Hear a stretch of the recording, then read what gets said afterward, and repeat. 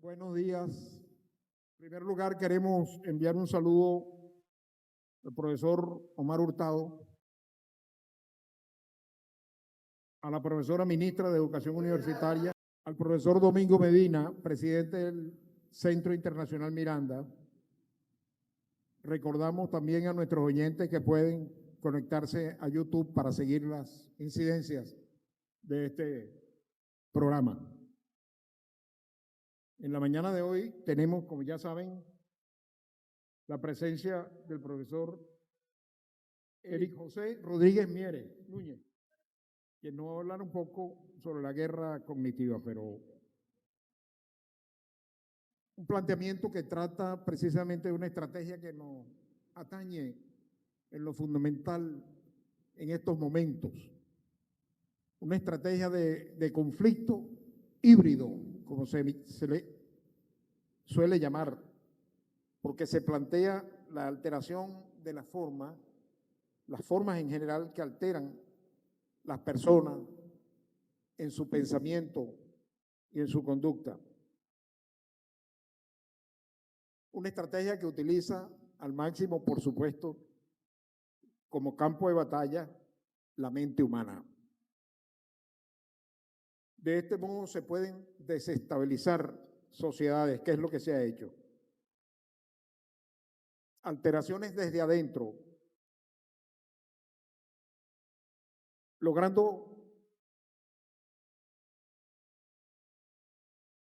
tocar la percepción y la voluntad de la población.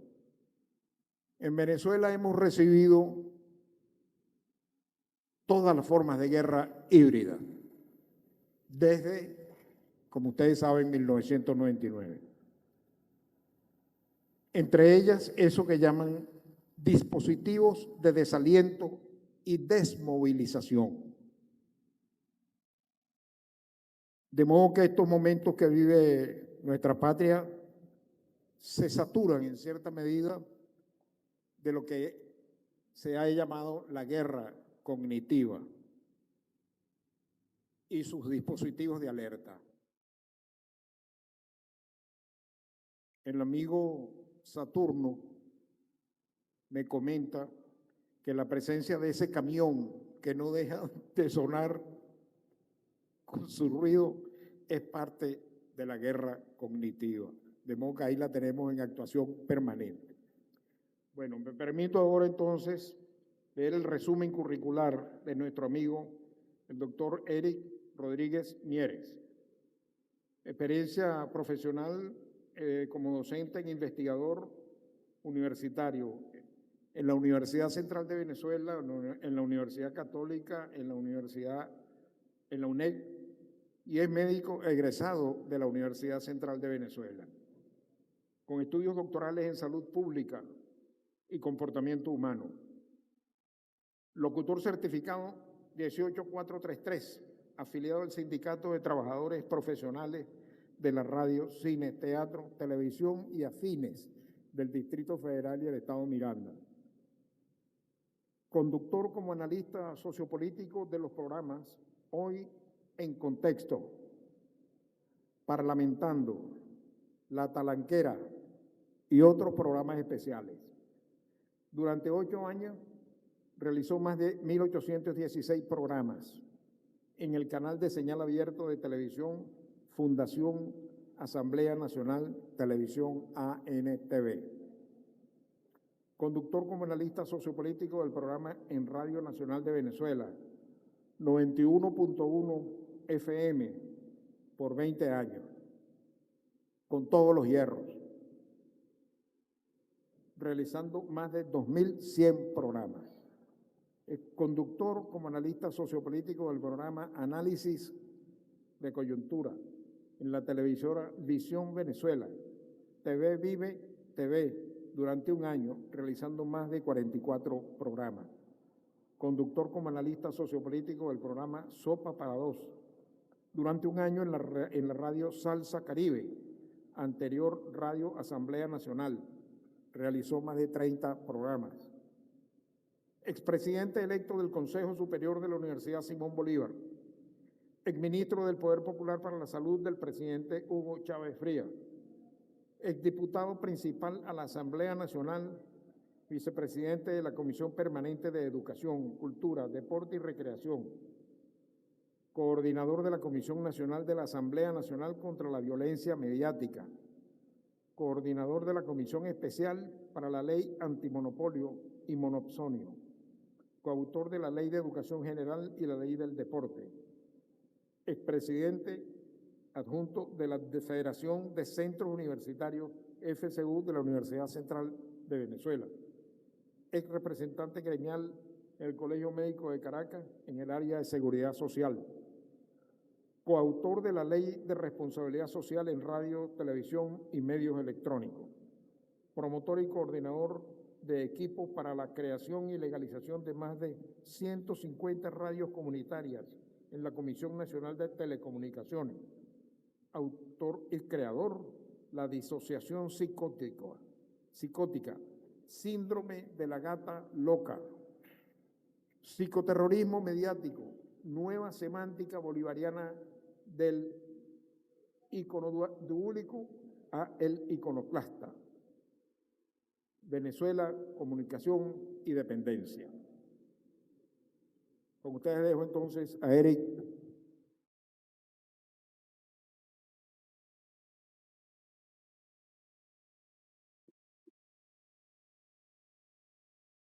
Bueno, buenos días a todos, a todas. Quiero darle las gracias a la Fundación Centro Internacional Miranda. Además tiene el nombre, creo que muy importante, de una persona que ha sido un referente para nosotros.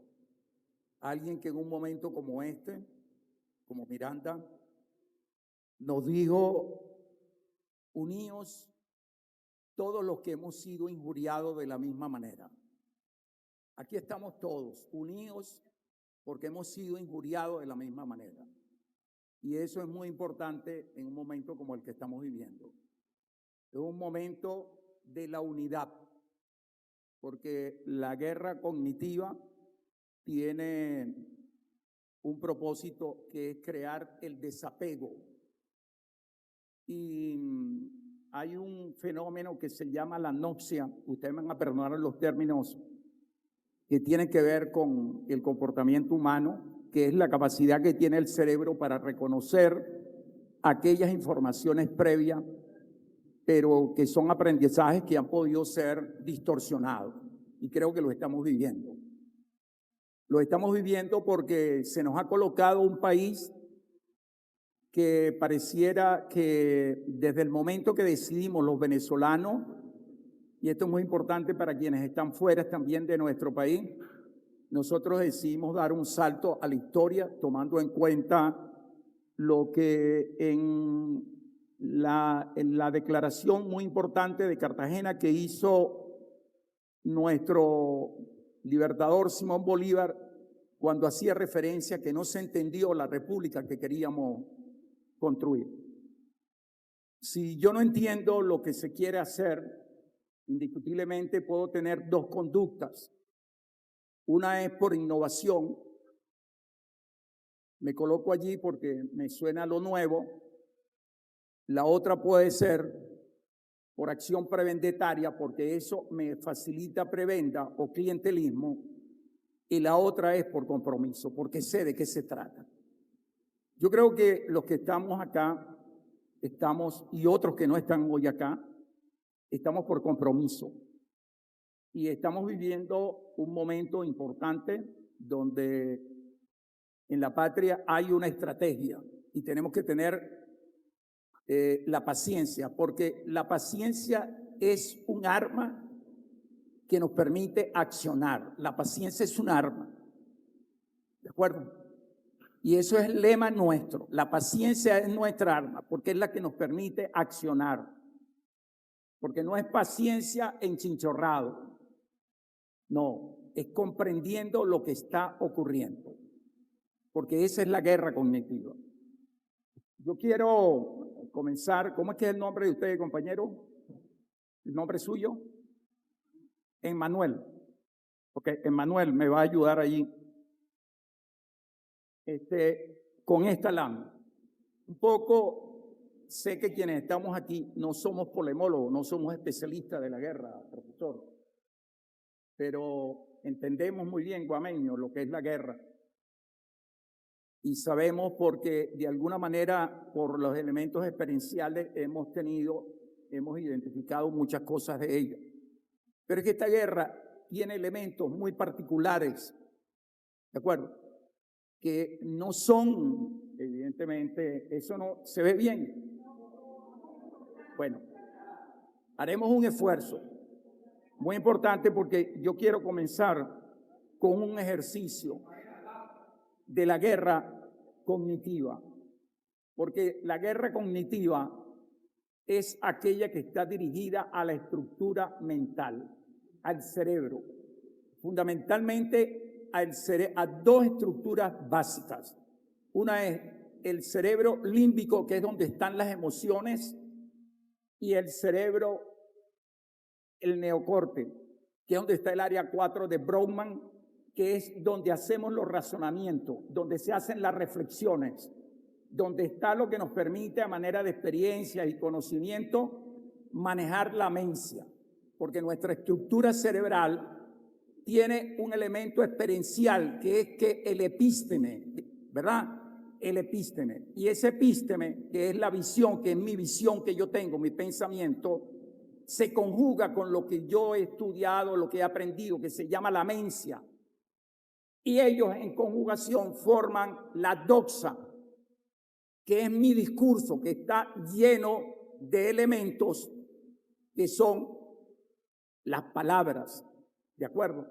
Y esas palabras definen una praxis. Cuando yo le digo a alguien, vamos a hacer casa para los pobres, le estoy diciendo cómo yo veo el mundo y cómo veo al otro.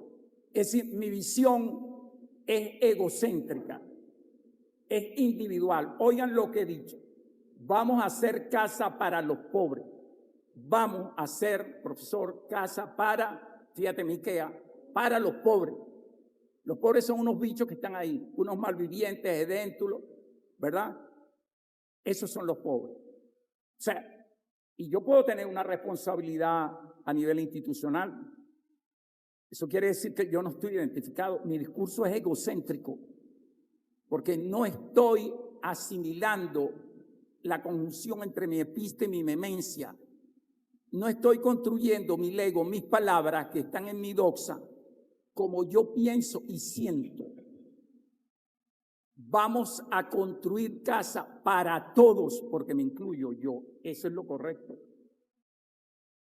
Porque ese es el discurso arterocéntrico. Reconocer al otro porque yo estoy en el otro. Yo formo parte del otro. Y ahí me estoy incluyendo. No un discurso egocéntrico individual. Hay unos que están allí que llaman malvivientes, llamados pobres, que son flojos, ¿verdad? Que no le tenemos que dar el pescado, ¿no? Que tenemos que enseñarlo a pescar, pero no terminamos la frase. ¿De acuerdo? Enséñalo a pescar, ¿verdad? Dale las herramientas y cuando él empiece a pescar, que él lo haga solo, córtale el ónfalo, el cordón umbilical. Deja que él lo haga ya, porque él lo sabe. Eso lo hacemos con nuestros hijos. Es así. Pero no leemos completa la frase.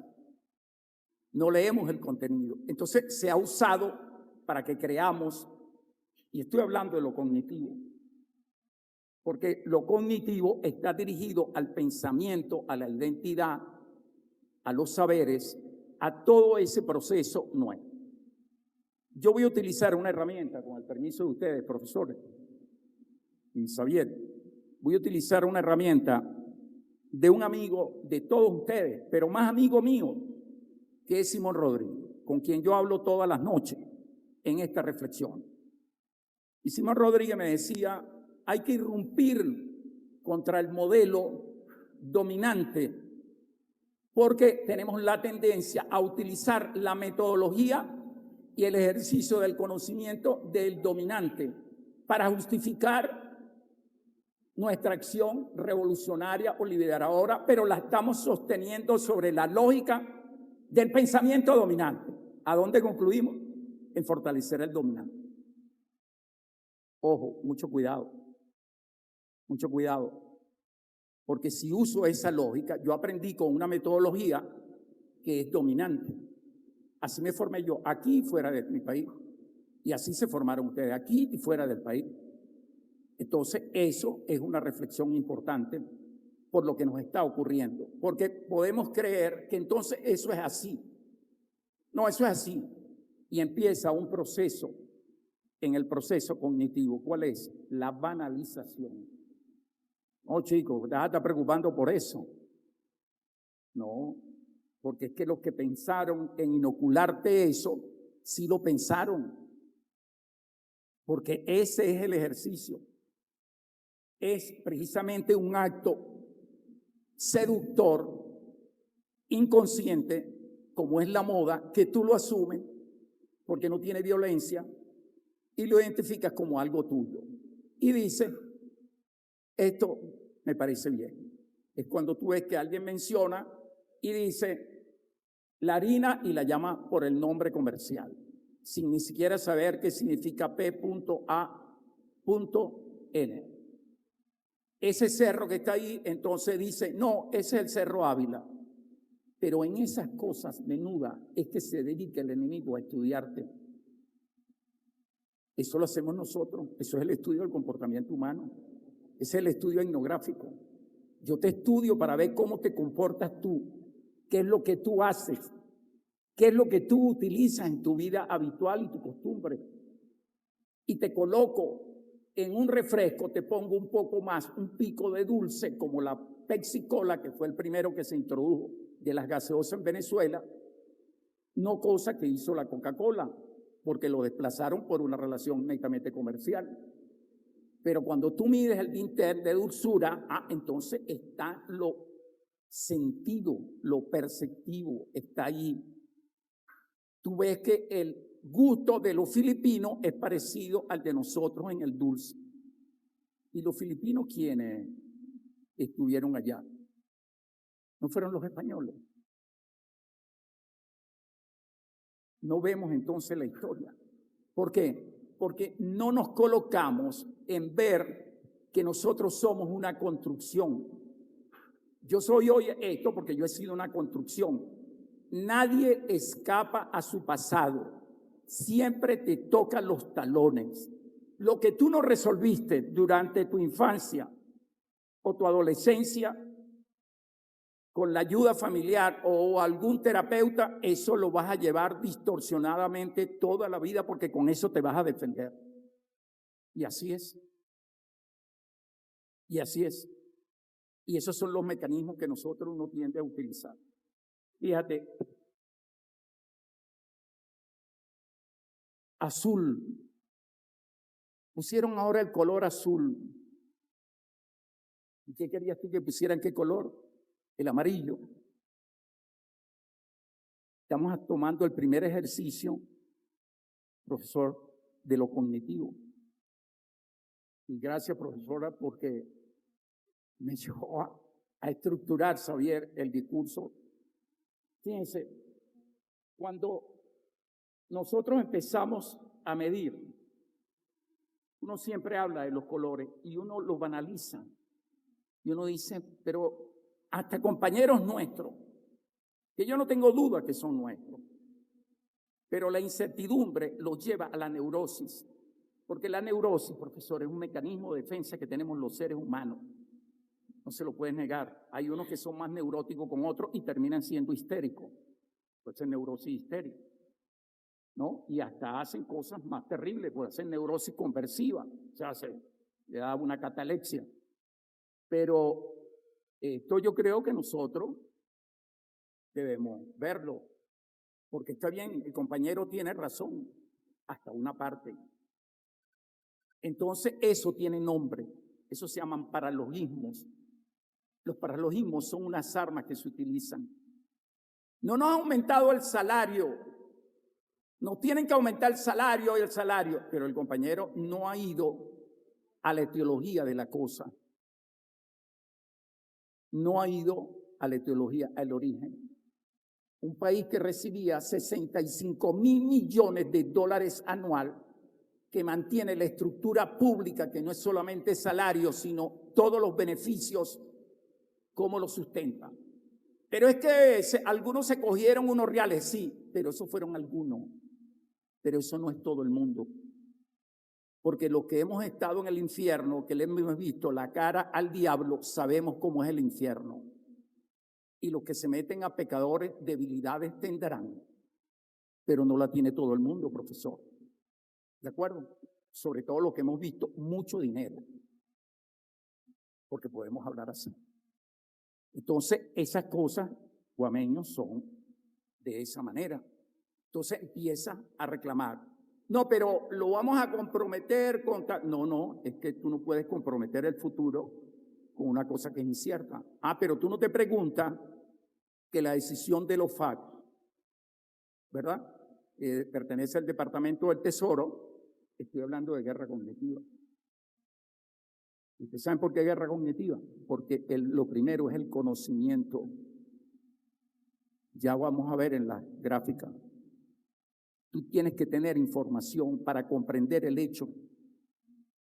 Eso es lo que se llama la anamnesis, es decir, la historia, para tú luego ver el elemento de la prognosis, o sea, cuál es el curso que va a tomar, si eso se va a hacer crónico o se va a curar, si eso va a mejorar, porque te permite hacerle seguimiento. Entonces, no te preguntas que a nosotros nos aplicaron unas medidas. No, pero es que yo veo un poco de camionetas por allí. Eso no es mentira. Y veo gente trayendo. Nada de eso es mentira. Eso es el paralogismo, un falso razonamiento, porque es incompleto. Todo eso es verdad, eso no es mentira. Pero sigamos buscando la etiología de la cosa. Ok, pero ¿a quién es que están vetando? A la estructura pública. Resulta que tú no puedes traer en un maletín 65,000 millones que van a venir anual, no lo vas a traer en un maletín ni en un container. Eso se va por un mecanismo que es el mecanismo BIC, que es un mecanismo internacional para transferencias bancarias, o el sistema SWIFT, que es utilizado. ¿Y quiénes dominan ese sistema? Lo domina el Departamento del Tesoro a través de los FAC. En el mundo hay 20,000 bancos, incluyendo los bancos corresponsales, dominados en su mayoría por accionistas norteamericanos, y no te van a permitir que tú hagas ninguna transacción, porque de inmediato eso lo van a detectar todo lo que va a Venezuela. Entonces, esas cosas yo las quiero poner como reflexión. ¿Por qué mencioné a Simón Rodríguez? De esta manera, yo me estoy, lo digo con mucho orgullo, tomando la orientación de Simón Rodríguez, porque Simón Rodríguez empezaba a hablar de un tema y brincaba para otro. Pero eso nos ayuda a nosotros a ser más cognitivos, porque podemos llevar varias conversaciones a la vez. Eso nos sirve de ejercicio. Les recomiendo eso, que lo hagan siempre. Hablar de varios temas a la vez. Yo, que soy más jurásico que ustedes, eso lo hago siempre habitualmente, profesor. Hablo de varios temas y puedo llevar el ritmo de eso. Y eso es importante. Porque si no, a veces, entonces, como te acostumbraron a una metodología, tema 1, punto, tema 2, punto, punto y coma. No. El conocimiento es uno solo, es una totalidad. Y tiene una interrelación. Esa es la primera ley de la dialéctica. Y la segunda está muy vinculada, la usaba un señor, amigo suyo, por cierto, llamado Albert Einstein, que era la relación muy lejana de los hechos, que aunque a uno le parezca, le existen y están. Entonces, esas cosas tenemos que ver. Y vuelvo. ¿Por qué azul? Porque no me he preguntado, y yo le digo a los compañeros, vamos a preguntarnos. Yo tengo que saber todas las estrategias que se están haciendo. Entonces ya deja de ser estrategia. Yo dejé esa estrategia. Eso fue como Guameño me dijo, te voy a confesar un secreto, Eric, cuando estábamos en la universidad. Me acuerdo, nos habíamos sublevado, era el 19 de abril de 1810, y nos fuimos para la universidad en esa oportunidad. Me dijo, soy comunista. Me dijo Guameño. Andaba con Miquea, por cierto. Miquea es comunista viejo. Y que tú le digas, no, es que ellos son comunistas. Ya deja de ser secreto, no se lo diga sabiera a nadie. Pero lo para en la radio lo dice, comenta que todo el mundo. Es que resulta que por eso este tipo de eventos y la acción que está haciendo la Fundación es importante, no solamente en convertirlos en conversatorios, sino en reuniones que no tienen por qué ser necesariamente, que yo sé que ustedes lo tienen en los planes. Porque es bueno escuchar opiniones, no importa que sean contradictorias. En lo dialéctico, la erística, que es el arte de la contradicción, es esencial para la construcción. Si no hay erística, tú no eres capaz. ¿De acuerdo? Porque eso no es una logomaquia, eso no es un combate de palabras. No. Son hechos de conceptualización, de visiones, problemas epistemológicos. Entonces, fíjense, ¿qué representa el rojo? El rojo es un color cálido. ¿Quién no ha estado cálido aquí? Que levante la mano. ¿Quién no ha estado así, que se siente cuando se enamora, cuando ve un ser que le gusta, cuando hace algo, ¿verdad? Que te pone excitado? El rojo es eso, pero es un color que estimula, que es extrovertido, que incita. Y ese es un símbolo nuestro. Nadie en ningún lado dijo, lo estamos dejando. Tampoco te han dicho, hay un cambio de estrategia. Por favor. Las mujeres que son más inteligentes que nosotros. Lo digo, yo que tengo viviendo 51 años con la misma persona. He aprendido mucho de él. Y una mirada es suficiente para uno entender muchas veces lo que le dicen. Basta una mirada. ¿Por qué yo tengo que ir a preguntar? Pero si hay una tarea. ¿La tarea de quién? De quienes estamos organizados aguas abajo, de ir en los distintos espacios. Están los compañeros de la coordinadora Simón Bolívar. Ahí hay que ir a hablar. Están los compañeros, ahí hay que ir a compartir con ellos. No importa, esto no es un problema de simpatía. Un problema de proveernos de una información para seguir analizando, para seguir enriqueciendo. Se cambió ese color, sí, eso es verdad. Y fíjense que eso afectó, para que ustedes vean que la guerra ha tenido un efecto. Yo, sin mencionar un compañero, lo entiendo perfectamente, no tenemos por qué absolutamente decir nada negativo. El compañero planteó una situación sin comprender absolutamente nada. Y tú estás esperando que esa persona tenga, profesor, comprensión de lo que está ocurriendo. De los virajes que hemos tenido que hacer. A mí no me gustan. Sí, eso puede ser, pero son unas estrategias. Porque yo me pregunto a ustedes, compañeros, compatriotas, militantes, confidentes, camaradas, si esto tiene un viraje en términos reales hacia lo perdible, precisamente nosotros podemos cambiarle el curso. Eso quiere decir que yo no estoy dispuesto tampoco a hacer nada. No, compadre, esta revolución es mía. Están equivocados. Están muy equivocados. No va a dejar que otro, no. Pero mi confianza y mi paciencia con él. Porque yo prefiero no saber nada de lo que está ocurriendo. Ellos saben lo que manejan. Ellos saben lo que está manejando. Bueno, pero nos dijeron que la cosa iba a mejorar. Eso fue lo que dijeron. Y han dicho muchas cosas. Y estamos enfrentados a un imperio que posiblemente vamos a tener la oportunidad, profesor, de ver la caída. Por ahí lo traje para demostrarlo. del último imperio que va a tener la humanidad. Lo estamos viendo. Este va a ser el último imperio que va a tener la humanidad. Porque es inviable la uniomanía, que es la forma de consumo de ello, porque es altamente contaminante. Y en segundo lugar, es inviable la acción bélica militar, porque ya hay fuerzas que se contraponen con el mismo peso, acabarían con el planeta. No queda otro camino. Nosotros hemos estudiado todas las caídas de los imperios, todos, por qué se han caído.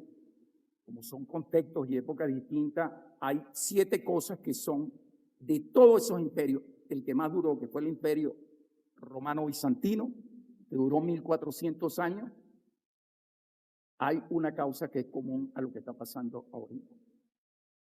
Entonces, estas cosas tenemos que reflexionar. Termino con esto, señor Rodríguez. Es que el azul es un color frío. Eso es verdad. Pero el azul es serenidad, es calma, es confianza, es inteligencia, es seguridad.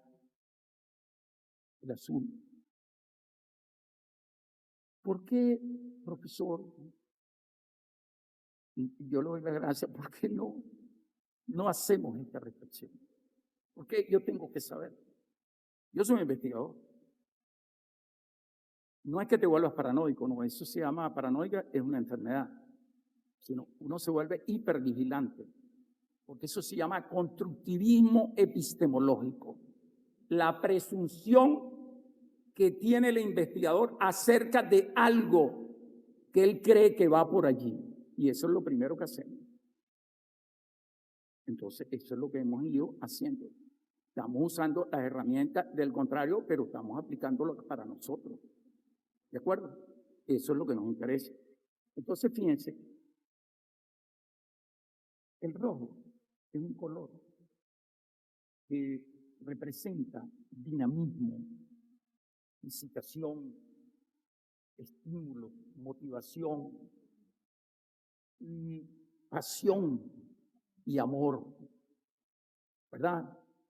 Tú me miras con esos ojos negros intensos, que no son los de tu cuenco oculares, sino que son la de tu chaqueta y me incitan las dendritas de mi nervio pudendo externo. Es una cosa. Es una grosería, por cierto, pero no la vamos a decir. Entonces, si el azul representa eso, ¿por qué no lo podemos entender? Y entonces, ¿en qué empezamos a pelear? La tarea nuestra es esa. Irnos a las catacumbas, como dijo el presidente Chávez. No. Había una persona, muy amigo suyo, profesor, llamado Sun Tzu, decía, Xavier era consejero de él en esa época.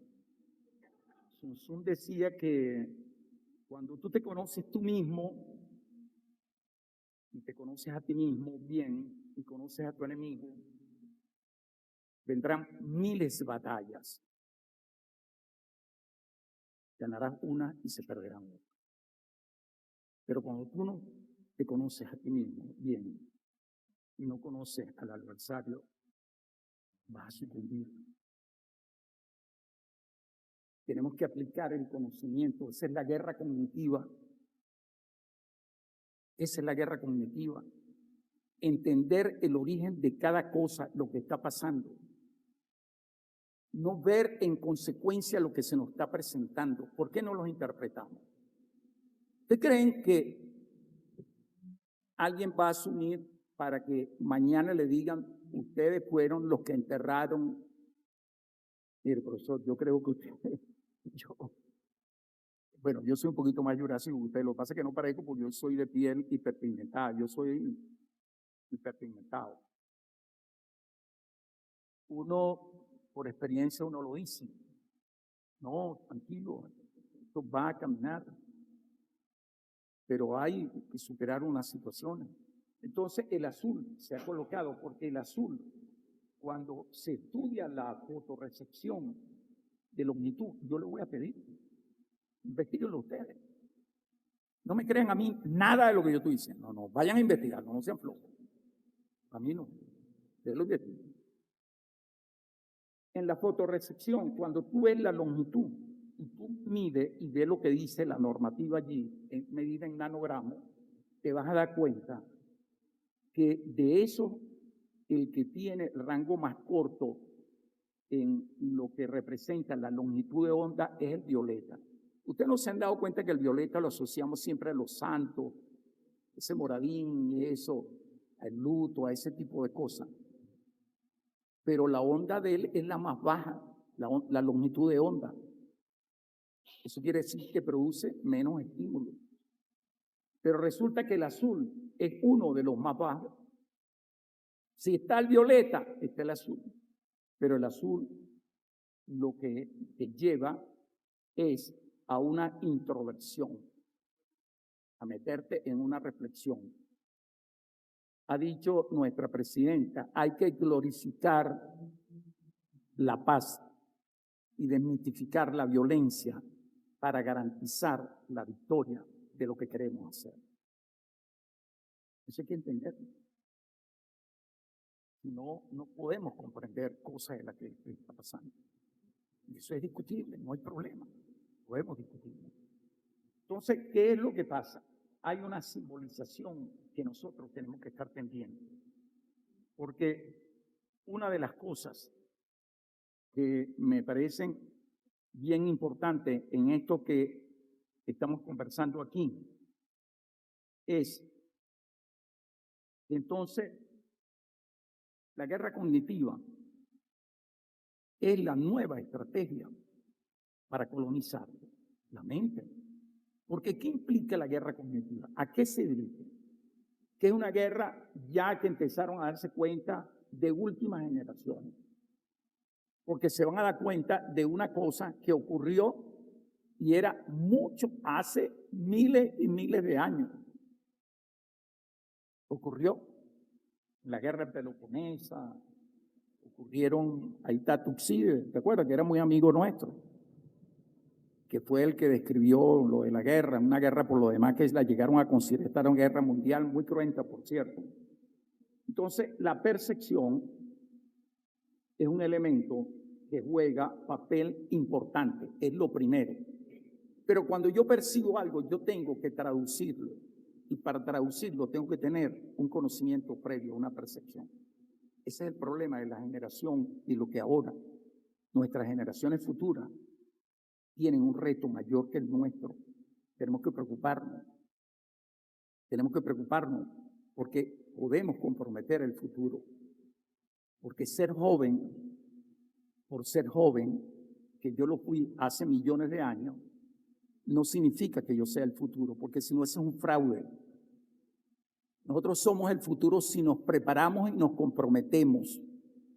Pero si no nos preparamos y nos comprometemos, no podemos ser el futuro. Por el hecho de que sea joven, esa es una condición, no una cualidad, que desaparece. Desapareció en nosotros. Entonces, la percepción tiene que pasar por un proceso que tiene un conocimiento previo y que tú puedes ir construyéndolo a través del elemento experiencial, pero también a través del estudio. Y tú puedes analizar. Entonces, eso indica el aprendizaje. El otro elemento importante es el uso de la memoria, porque en la memoria, si bien uno va a almacenar cosas que uno ha codificado, hay memorias que son, por ejemplo, olfativas. Uno vuelve y dice, aquí están preparando hallaca, aquí están cocinando cerdo, aquí están preparando caviar, por ejemplo, eso que Miquea come habitualmente en el comedor en la UCB. Eso lo conoce. Pero también hay una memoria áctica, que es la memoria del tacto. Nosotros estamos acostumbrados a tocarnos, a abrazarnos. Uno sabe cuando alguien te abraza y te abraza con ternura o con mala intención, ¿de acuerdo? O cuando te abraza por obligación. Y eso se lo graba uno. Este me saludó con desprecio, no me abrazó como antes. ¿Por qué tú dices eso? porque tienes una experiencia previa, lo aprendiste, pero así aprendes también en lo icónico, que es lo auditivo. Cuando uno oye, por ejemplo, en Alegro Andante o en Do menor, que te come el tigre o quiero acostarme contigo en la yerbita, uno de inmediato te invoca parte de la infancia o la adolescencia de lo que uno bailó, ¿de acuerdo? Aquel romperrodilla, rompecadera que llamaban, ¿no? O pulir hebilla, no se le decía. Entonces, nosotros tenemos la memoria una importancia, que es que algo que te lo desestructuran, porque hay una memoria fundamental, la semántica, que es la del conocimiento, la que tú tienes que estudiar, la que yo tengo que hacer para venir a conversar con ustedes, ordenar todas las ideas, ¿verdad? Eso que hacemos cuando estamos estudiando, que nos estamos preparando. La memoria episódica, que son todos los acontecimientos. Y nosotros en esta guerra nos han desmontado parte de la memoria episódica. Aquí hay personas que no se acuerdan en absoluto que cuando el año 99, recuerdo que llamaban tierrúo, malviviente, edéntulo, o sea, sin diente, y que eso eran los que estaban apoyando al presidente Hugo Chávez Frías. A mí me lo dijeron en la universidad, ¿cómo es posible que tú, que eres un tipo que has estudiado y que te has preparado? Cosa que es embuste, no nada de eso. Además, tú no te comes esas cosas. Es como si alguien venga a decirme que tú eres bello. Eso es una mentira. No te lo dice ni tu compañero. Entonces, esas cosas yo creo que reflejan un problema de segregacionismo. Y por ahí comenzó una guerra, pero la segunda no nos acordamos cuál era. Lo que pasa es que se ha ido diluyendo, porque estamos hablando de la guerra cognitiva. Por eso hay que colocar a los compañeros, porque entonces los compañeros caen en la memoria eunésica, que es la reciente, y pierden la episódica. Y entonces se olvidan que nosotros somos una construcción, que hemos pasado por miles de dificultades, golpe, huelga, atentados. Entonces esas cosas, hay que recordarlas, tenemos que decirlas.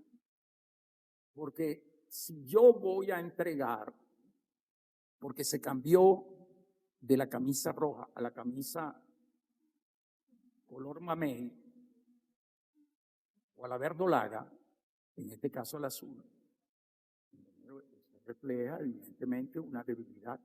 Le estás diciendo a la persona que está mostrando la debilidad que no estás comprendiendo el fenómeno, no estás entendiendo. Aquí hay gente que dice, hay una guerra cognitiva, pero es que la guerra cognitiva es desestructurarte la memoria.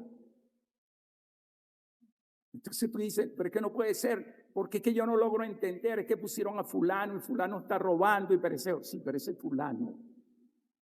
¿No será que tú estás haciendo una proyección, que tú eres el que quiere cogerte los reales y como no te dan chance, entonces tú ves un poco de ladrón en todos lados? Porque tú haces una proyección. Oye, aquí nadie puede estar en una cosa de esa.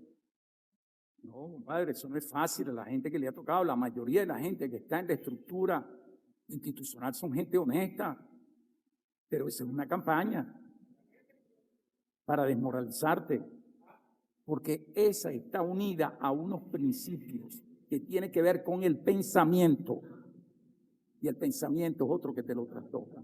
Entonces, el otro elemento de la memoria es la memoria eidética. La memoria eidética es la memoria de imagen. Entonces, liquidar a nuestro Bolívar, ¿no? Liquidar a Simón Bolívar, liquidar a valores nuestros. Nosotros tenemos que estar atentos, tenemos que reproducirlo, pero tenemos que saber cómo lo vamos a hacer. Yo aquí quiero hacer un ejercicio con el permiso de ustedes. ¿Tú crees que pudiéramos Yo quiero, porque quise sacarlo como ejemplo. Búscate la número 13 un momentico. ¿Cree que se podrá ver la número 13?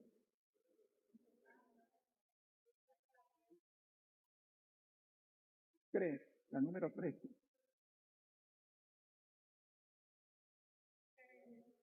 No, la número 13.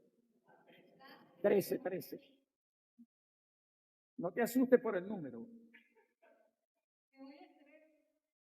Juega la lotería hoy, juega los animalitos que te lo ganan.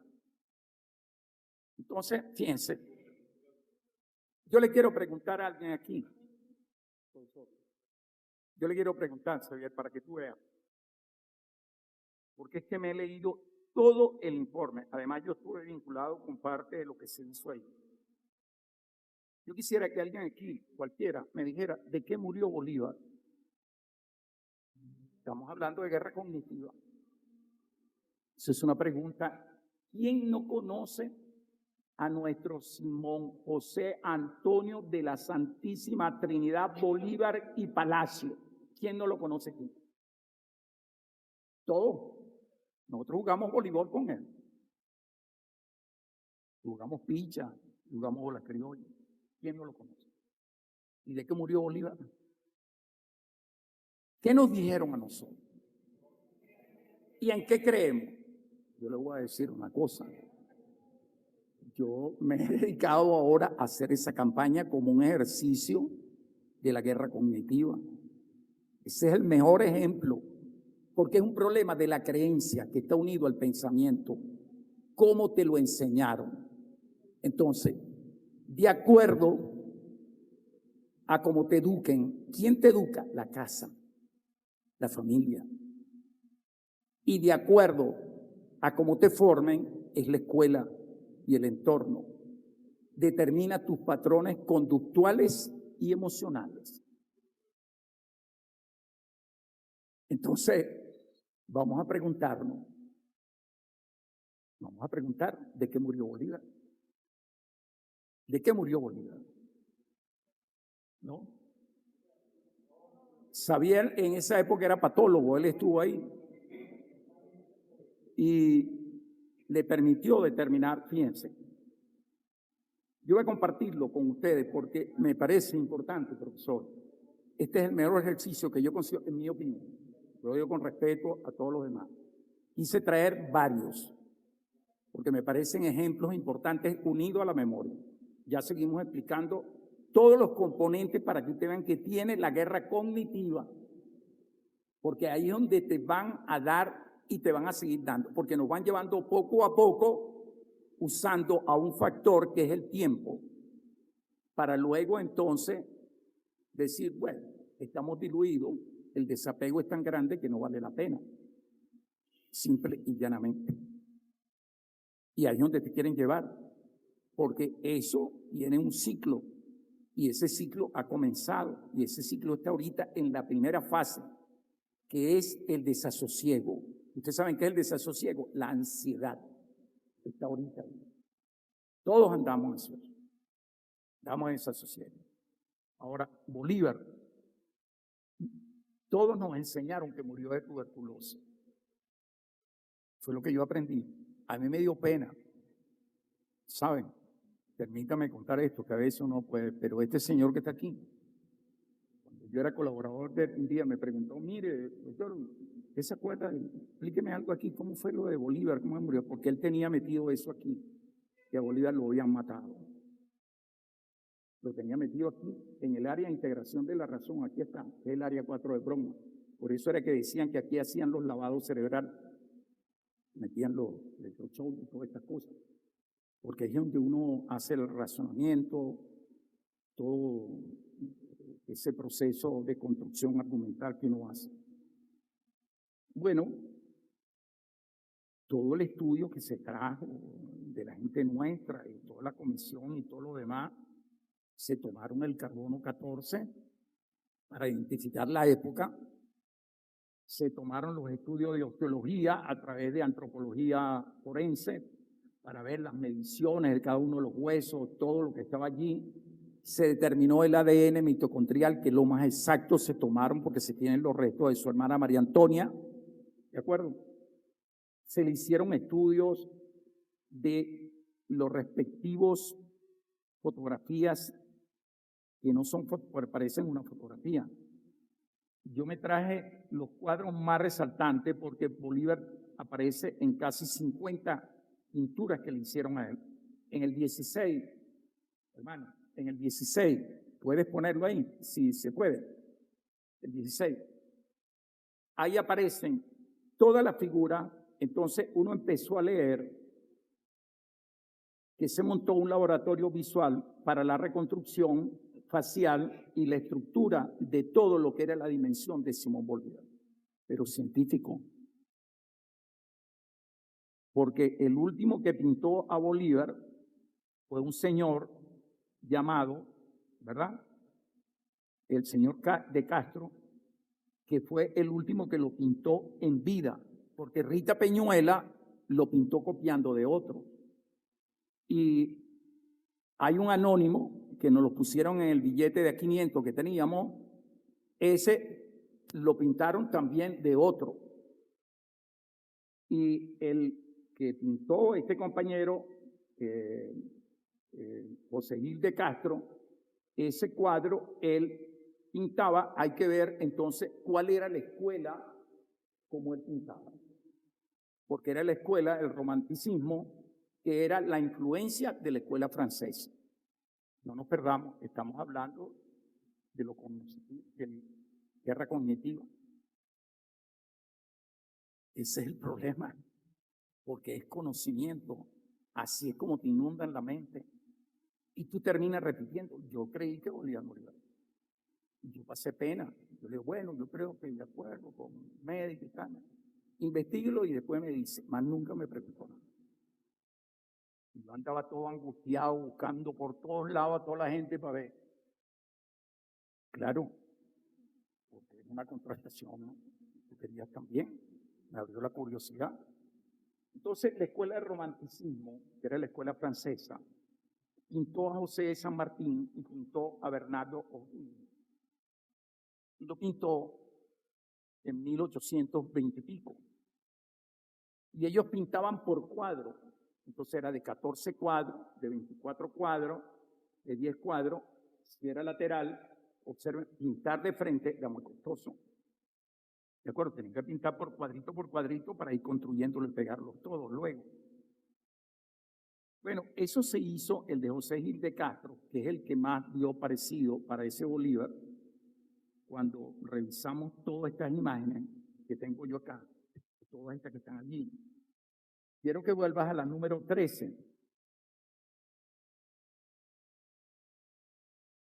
Piense que, volviste a la 13, ¿no? Ok, gracias. Esto se construyó científicamente. Sol carbono 14 para saber de qué época era, el ADN mitocondrial, que si era ese. Se hicieron estudios de distancia para rellenarlo, ponerlo. Y no hubo gente que llegó a decir que ese no era el Bolívar, que no le gustaba ese.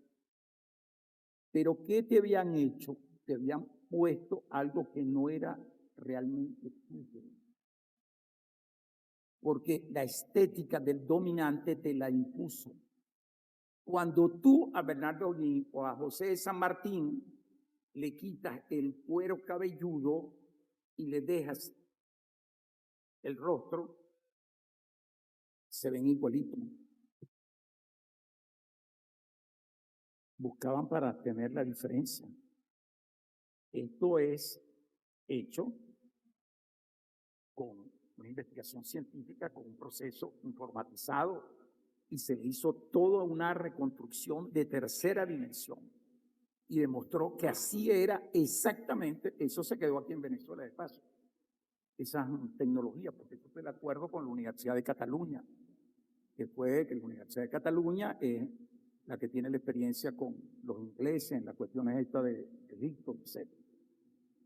Y resulta que ese es el Bolívar. Entonces lo primero es que el Bolívar que nosotros en la guerra cognitiva nos pintaron y lo mandaron a sacar de la asamblea, y no lo quieren, entonces, como ninguno de nosotros, me estoy incluyendo, se paró a decirle, bueno, demuéstreme usted científicamente cómo se hizo la investigación de ese señor. Científicamente. No, es que fue así, eso fue enmarañado, ahí metieron ¿qué fue lo que me dijeron? Esto de babalao, que fue lo que metieron en el panteón, unos babalaos y tal, otro. Bueno, yo también soy babalao, pues, entonces me metí a babalao, pues. No sé nada de eso, pero por favor, ¿no? Yo quiero que entendamos esto. Entonces resulta que Simón Bolívar no murió, lo que se nos dijo. Pero tampoco era ese que nos pintaron. Esto es el segundo elemento que estamos usando como ejemplo. El color azul, porque son estrategias. Y que es un antecedente importante. Bolívar, cuando fuimos a leer el diagnóstico, dice, tenía una dieta elevativa, enema, alcénido, cantarina, vesicatorio y vejicatorio. Tenía presencia de histoplasmosis, que son unos hongos que hay aquí en el Guaraíra repano, porque algunos están ahí atentados a decirme que ese es el Ávila. No, es el Guaraíra repano, ¿no? En el Guaraíra repano, que también lo hay hacia Guarena, ¿de acuerdo? Donde cultivan flores, él está ahí, ¿de acuerdo? Pero eso no te mata así y no te produce una cosa como la tuberculosis. Pero cuando se le hace el estudio, se le hizo por espectrofotometría de absorción atómica y colorimetría. Compadre, eso sí no es científico, que me lo digan, pues.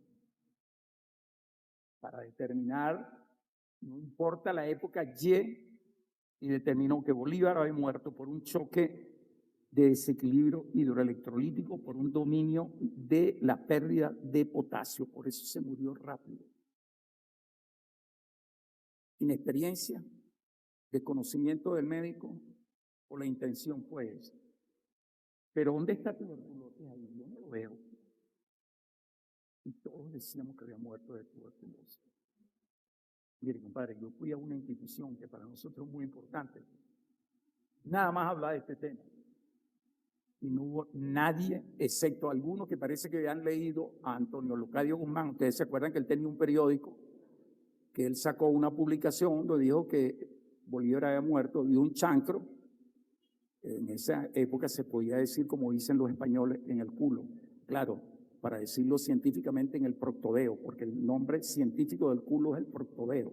Tú le puedes decir a alguien, tiene una cara de proctodeo, tiene una cara de eso, pues. Se le puede decir científicamente y no es ninguna grosería. Entonces, él lo dijo, Antonio Locadio. Pero hay que ver, y lo sacó en su periódico, en enero del año 31. Pues un día murió el 30. ¿De acuerdo? Tenemos otra que yo quisiera compartir con ustedes para seguir hablando. Otro elemento que me parece también bien importante. Quiero, y con el permiso de ustedes, ir acelerando un poco más. Estamos hablando del pensamiento. Fíjense que a nosotros se nos metió la idea de que uno se preguntaba, pero eso de ser comunista era como decirte que era comunista. Fíjate que yo lo tomo de Rochela, ¿no? ¿Usted se ha dado cuenta? Porque a mí me parece una cosa tan normal, es como si tú me digas, pero además una cosa de mucho orgullo, porque es algo que está unido al pensamiento, a tu visión de la vida, del mundo, porque tú eres una persona que reconoces al otro, que encuentras en el otro y que tienes una razón para luchar. No tienes problemas de resentimientos, de intolerancia. Entonces, ahí entramos a otro, es el razonamiento. Por eso que ellos utilizan mucho el paralogismo. Entonces tú ves una gente que salen a la calle y que están Y entonces dicen, es que tienen que darnos, yo he visto, es que me lo mandan la grata. Nos toca, porque hemos sacado la cuenta, $1,500 de aumento salarial. Yo veo a mi compañera conversando el tema. Revisa tu cuenta para ver cuándo nos lo vamos a depositar. 1,500. Yo digo, ay, ¿cómo vas a sostener eso? Porque tú tienes que pagar contra algo. No estamos teniendo ningunos ingresos. Ahora estamos en una situación donde te la están aplicando, aunque te digan lo que te digan. Pero ¿saben qué es lo que me preocupa? Que nosotros no construyamos un elemento argumental. Eso es muy importante saber para salir a defender lo que en tanto hemos creído en nuestra vida y decirle a esas personas con mucho respeto, mire, déjeme darle mi opinión. Claro, si tienes acceso a decirlo, si tienes acceso, porque si estás en una situación de violencia, ni se te ocurra. Muchos están cargados, porque eso es parte de la guerra, de una cosa que se llama el Niseín, que es el odio. Eso se aprende, ¿de acuerdo? Nadie nace odiando. Niseín se aprende, eso te lo enseño. Entonces, esas cosas, yo creo que nosotros también tenemos que salir a decirle, no, vale, lo que pasa es que tú eres gobernero.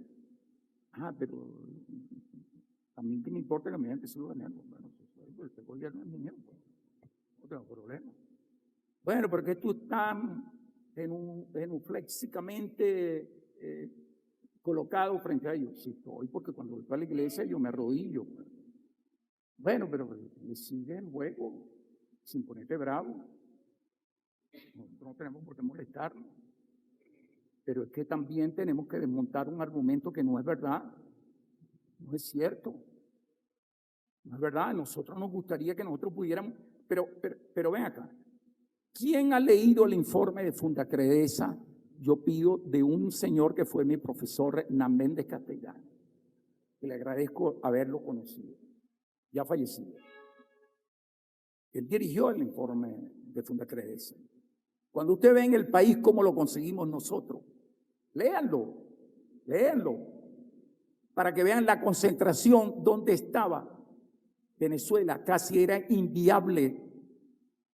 Apenas un 20% de la población tenía posibilidades de vivir.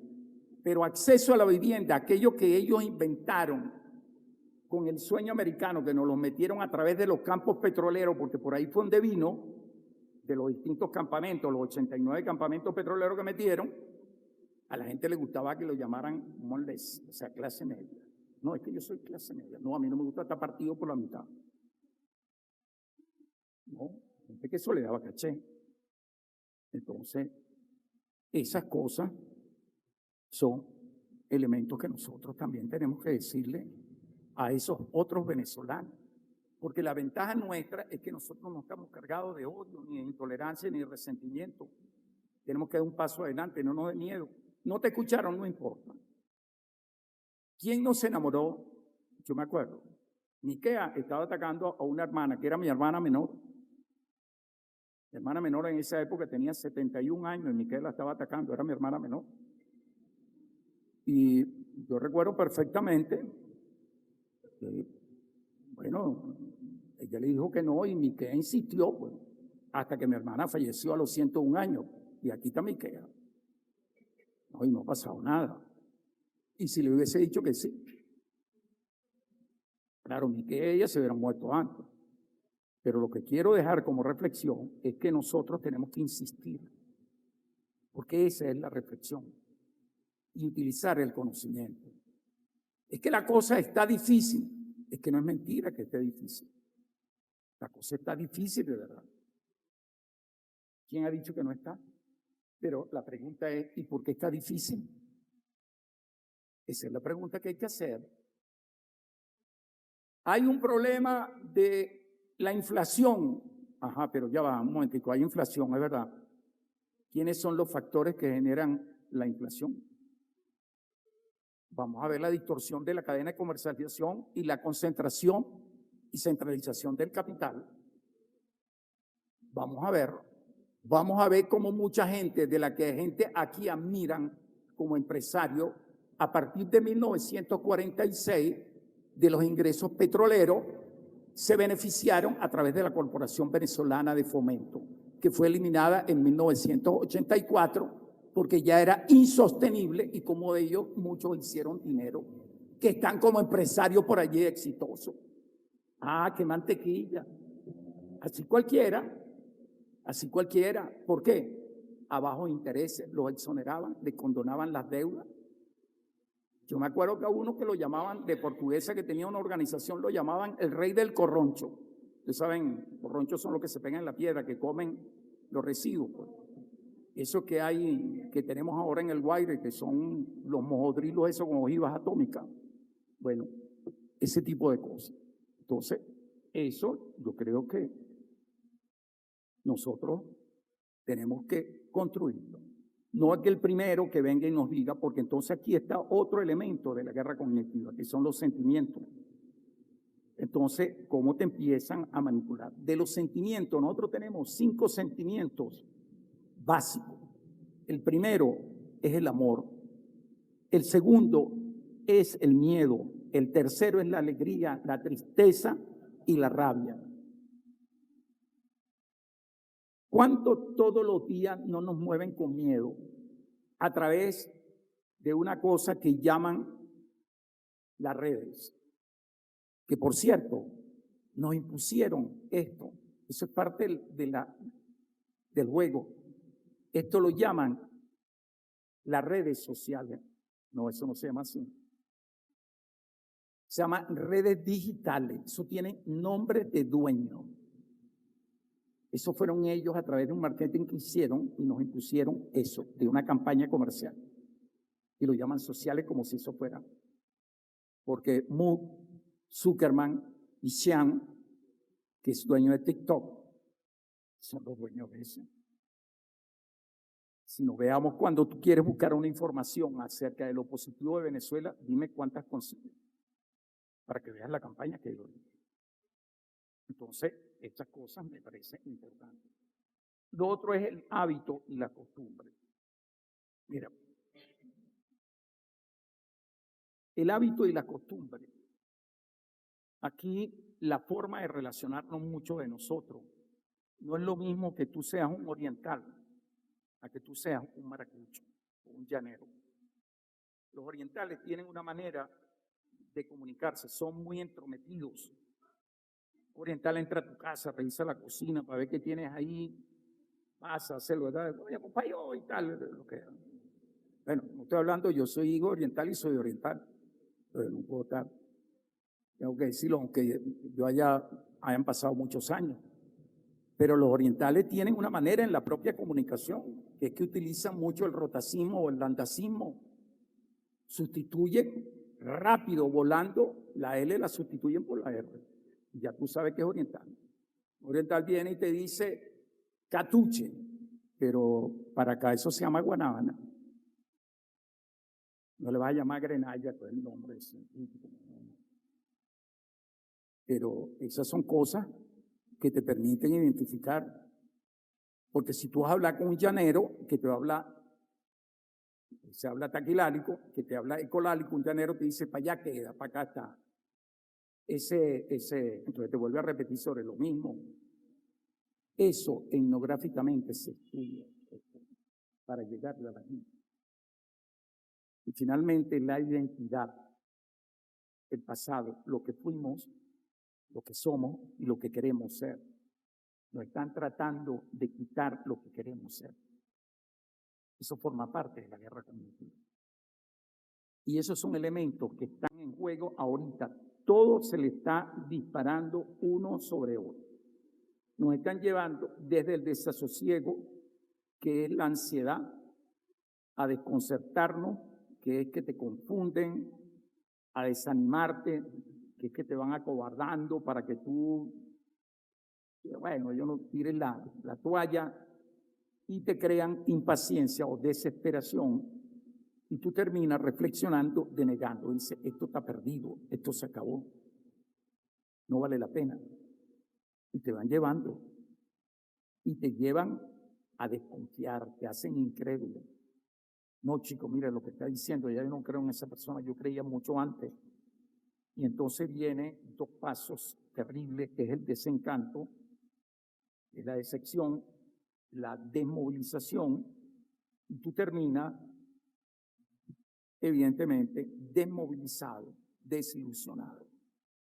Nosotros estamos viviendo ahorita de esa fase de la estamos viendo para suerte nuestra, y por eso tenemos que desmontar todo esto, el desasosiego, que es la ansiedad. Sí, lo estamos viendo, nos están atacando, nos están erosionando nuestra estructura. ¿Por qué? Porque este es un conflicto prolongado de baja intensidad y de modulada acción. Es una batalla que está en ese campo perceptivo como generador de miedo, de incertidumbre y de prejuicio que crea desinformación, caos, confusión y en algunas frustraciones. Pero también está ocurriendo persuasiones coercitivas, que es que a través de todos estos paralogismos y todo eso, te distorsiona la manera de tú percibir la realidad. Y la otra es la distorsión cognitiva, que es que tú termines creyendo que eso es así, porque es la manera más cómoda. Entonces terminas coincidiendo exactamente con lo que te están diciendo. Y eso es un problema que nosotros tenemos que enfrentar. De manera que lo están haciendo a través de todo esto, de rumores, de dudas, que son muchas veces sigilosas, son a veces explosivas, impetuosas, o sumergidas, aparecen y desaparecen, porque esa es parte de la campaña. Yo quería colocar otro ejemplo que me parecen clave.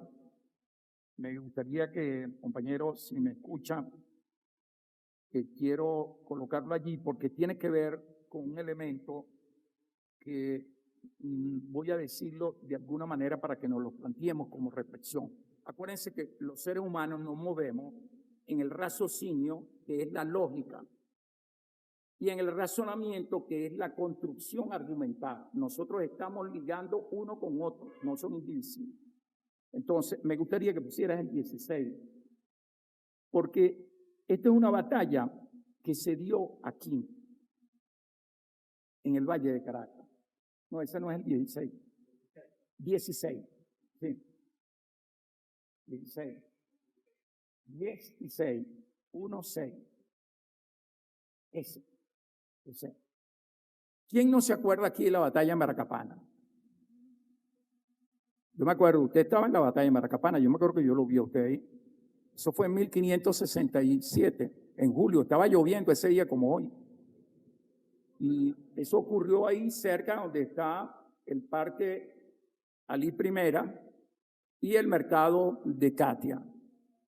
Fíjate, la Confederación Caribana, que tenía su Guapotorí, que era el propio Guaycaipuro, que era quien dirigía eso. Lamentablemente, bueno, García González da Silva y todos estos señores que operaron allí tenían una superioridad, trajeron ballestas, mosquetes, caballos, todo eso, pero utilizaron un recurso que yo quiero que lo sepamos, que es el que yo quiero resaltar. Como ellos pasaron 9 años sin poder entrar al Valle de Caracas, utilizaron un arma. Acuérdense que ellos trajeron los caballos. El caballo no es de aquí. Y aquí hay una tipo de serpiente, que son las cascabeles, que tienen una maraca. Un animal de eso que tenga una experiencia previa o el otro ve. Eso para ellos es terror. Ellos utilizaron la maraca como un arma para crear espanto a las bestias. ¿De acuerdo? Y esas son cosas que lo ingeniaron nuestros indígenas. Desde lo sencillo. Pero no pudieron entrar. Ahora, ¿por qué entraron? Entraron por una razón. Entraron porque ellos se dieron cuenta que no podían con la superioridad que tenía la Confederación Caribana. ¿A qué recurrieron? Catetizaron a un grupo de indígenas que estaban entre Lara, Yaracuy y Falcón, que eran los caquetíos. y agarraron a Manaure. Y Manaure lo bautizaron, que es el primer converso, lo llamaron Martín Manaure. Martín Manaure era su nombre real. Lo convirtieron en lo que nosotros llamamos aquí, en México lo llaman Malinche, aquí lo llamamos Yanacona, a los traidores, para podernos infiltrar y saber cuál era la correlación. Infiltraron y así lograron entender la estrategia militar caribana y nos derrotaron por traidores que se infiltraron. ¿Estamos? Entonces, eso yo lo quise traer acá, porque en la guerra hay un señor llamado que habla de traición, Scott Westerfeld, que es lo que yo he leído más que ha profundizado sobre el espíritu de la traición. Yo creo que nosotros tenemos que estar claros acerca de esas cosas, porque aquí se llegó a mencionar sin entender el fenómeno y ocurrieron cosas. Nosotros tenemos tecnologías, tenemos estructuras industriales que son dependientes. Nosotros somos un país dependiente, importadores de bienes y consumo, que desde que se firmó el convenio con los Estados Unidos en 1939 se nos impuso un modelo que llegó a través de los campos petroleros, a través de los comisariatos. ¿A quién no le gustaba vivir en un campo petrolero? Eso era precioso y eso te creaba el pequeño sueño americano. Tenían piscina, tenían la grama cortada, teléfono, luz, todo. Estaban cuidados, tenían cerca. Y afuera vivía la chusma. Gracias. Entonces, me parece una reflexión importante. Póngale a 17, la que continúa. Ya estoy terminando, por favor. Fíjense, yo recuerdo perfectamente cuando nosotros el 19 de abril, yo me acuerdo que estábamos allí en la plaza, no se llamaba con el nombre de Bolívar. ¿Ah? Sí. Y yo me acuerdo que hablamos, nosotros fuimos y nos sublevamos allí, era 1810. Y ahí decidimos, empujamos para que se tomara la decisión de que nosotros queríamos ser libres, ¿no? Ahora, ¿ustedes creen que eso no tuvo una reacción? Lo que pasa es que nosotros en esto, en el conocimiento, en la cuestión cognitiva, no vemos los elementos de la psicosociodinamia. Nosotros vemos a los seres como algo ahí pintado, sin movimiento, sin ninguna relación, sin ninguna manera de pensar. No vemos una secuencia en términos del tiempo. ¿Cuántas generaciones han pasado de 1810 hasta ahorita? 6, 7 generaciones. Eso no es casi nada. Y han transmitido unos a los otros intereses, maneras y cosas. Y nosotros hemos seguido repitiendo muchas de ellas. ¿Y qué ocurrió allí? Que resulta que aquí, yo vivía aquí cerca de donde está la iglesia esta, no, esa no es Corazón de Jesús, la que está junto al Banco Central, que es muy bonita. Al lado vivían Santa Capilla. Al lado vivían los hermanos Linares, Francisco, Manuel y José. Tú lo debes recordar. Estaban en una conspiración. Y estamos hablando de 1810. Pero ustedes saben quién estaba en la conspiración. Te lo digo porque esos datos no lo pasó el SEBIN. Yo lo tenía y nosotros fuimos y tocamos la puerta. ¿Quién es? Estamos los dos que éramos el SEBIN en esa época. Estaba el arzobispo Narciso Colli Prat, aquel que dijo un jueves santo lo hicieron, un jueves santo la pagaron, ¿de acuerdo? Estaba José Antonio Montenegro, que era uno de los, Raimundo Bolea, José Bernabé Díaz, Dionisio Franco, José de Limonta, Antonio Fernández de León, ¿te acuerdas? El Marqués de León, que fue el que persiguió precisamente a el maestro Manuel Gual y a José María España y a Juan Piconel, ¿no? Pero que también persiguió a Miranda cuando desembarcó en Coro. Tú debes recordarte que nosotros tuvimos que irnos en autobús hasta allá para ayudar, era 1806. Pero estaba un personaje, José Girón, y este personaje que yo le voy a mencionar. José Montiel y Antonio de la Mata Guzmán. ¿Ustedes saben quién era Antonio de la Mata Guzmán? Para que ustedes estaban en la conspiración, contrario a la decisión nuestra de ser soberano. Usted me preguntará, pero profesor, ¿por qué está? Porque este es el problema cognitivo. Porque tienes que reflexionar acerca de todo esto. Si no, no vas a entender hacia dónde vamos. Porque esto es una herencia. Esto es el problema identitario. Lo que fuimos, lo que somos y lo que queremos ser. Antonio de la Mata Guzmán era el papá de Antonio Locadio Guzmán, abuelo de Guzmán Blanco. Estaba en la conspiración. ¿Te acuerdas que nos lo llevamos preso? Y nos lo llevamos por la autopista y lo llamamos para el cuartel, que era el de Puerto Cabello, que en esa época no se llamaba así.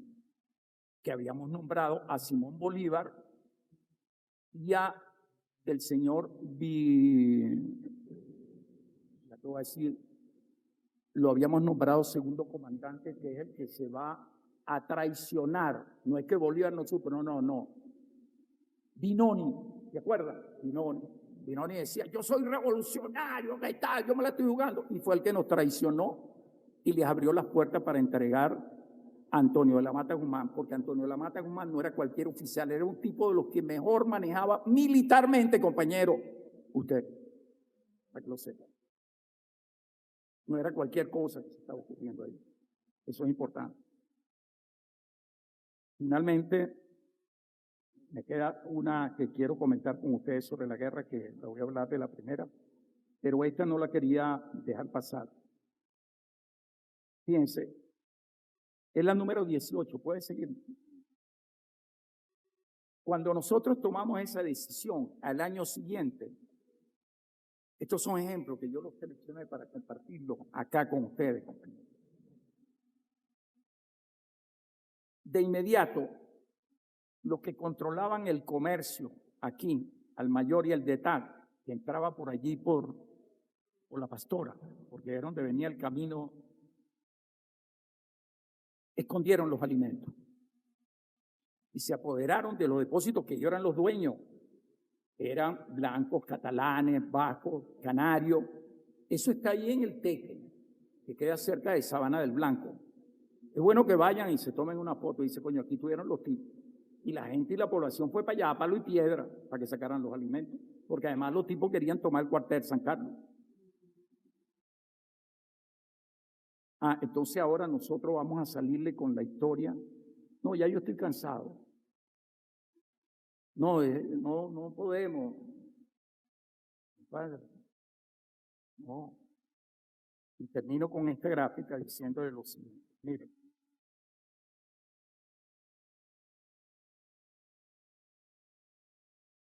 La guerra, yo voy a ponerle un ejemplo para que vean cómo utilizó.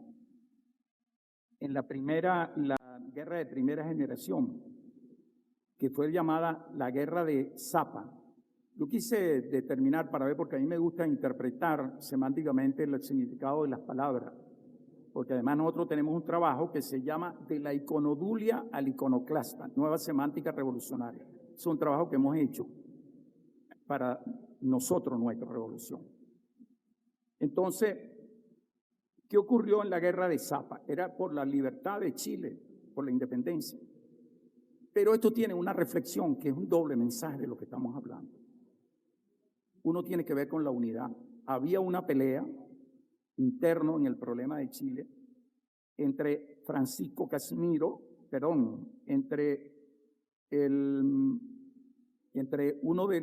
Bernardo O'Higgins y José Miguel Carrera. Había una disputa entre ellos, ambos con la misma jerarquía, venían de gente aristocrática, etcétera, pero uno consideraba que era más profundo con el otro para hacer los procesos libertarios. Sin embargo, José de San Martín, que tuvo que atravesar para garantizar que se diera ahí, porque él logra montar una estrategia para atravesar los Andes. Y él dijo, yo tengo que empezar debilitando, tengo un problema de desunión. No los voy a tomar en cuenta ni a Carrera ni a O'Higgins, porque había una pelea, la desunión. Son problemas que comprometieron a la llamada patria vieja, que fue la que ellos decretaron antes que la decretó Bernardo O'Higgins. porque el proceso de liberación se dio fue con Maipú, que fue la última batalla importante que se dio ahí. Pero esta batalla fue la que abrió el camino, que fue precisamente uno de los caminos importantes, que fue la de Chacabuco. Ahora ustedes me preguntarán, ¿por qué Chacabuco? Porque en Chacabuco, miren lo que hizo José de San Martín, como no tenían suficiente frente al gobernador, a los realistas, que era Francisco Casimiro Marco de Pon, no tenían la fuerza suficiente. Los tipos idearon cosas. Por ejemplo, para darle una idea, que ellos tenían muchos cañones y que eran superiores a los tipos. Oyeron el sonido de las carretas cuando arrastraban los cañones. Oigan lo que estoy diciendo. Y cogieron cuero, le metieron piedra y lo pusieron a rodar. Cada vez que venían con un grupo, decía avancen, y sonaban. Entonces el enemigo salía y le entregaba la guarnición. ¿Están oyendo lo que yo estoy diciendo? Yo les pido que se lo lean. Buscan. Yo lo voy a sintetizar. Pero además de eso, infiltró a 8 oficiales muy importantes para crear problemas internos en las filas de los realistas. ¿Están oyendo lo que estoy diciendo, no? El mensaje.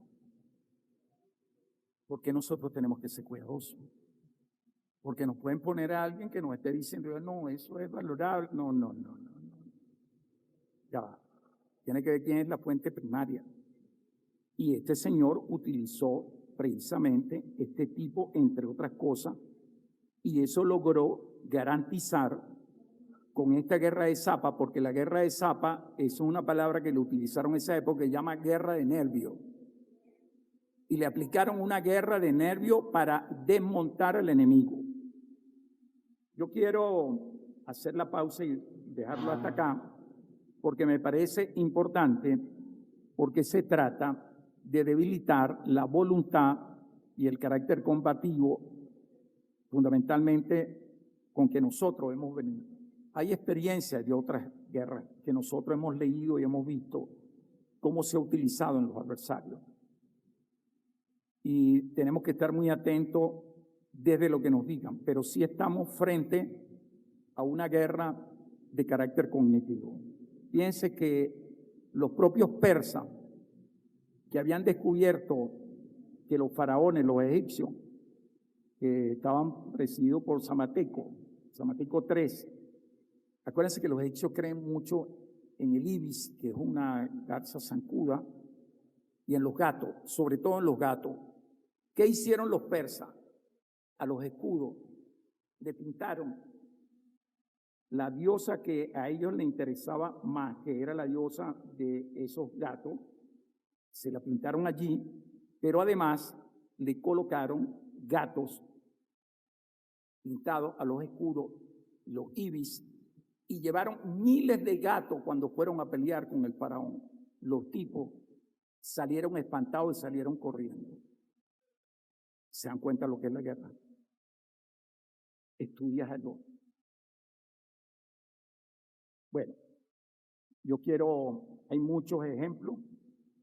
Quiero darlo aquí. Yo voy a conversar con ustedes. Escribimos aquí una breve para también compartan.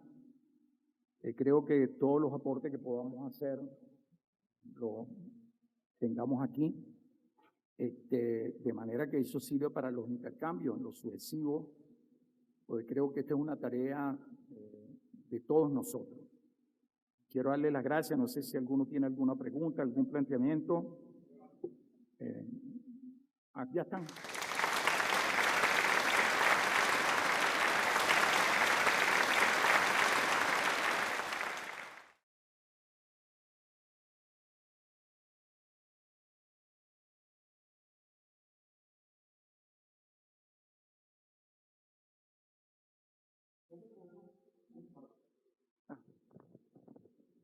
¿Cómo podemos combatir la guerra cognitiva mediante la comunicación popular comunal?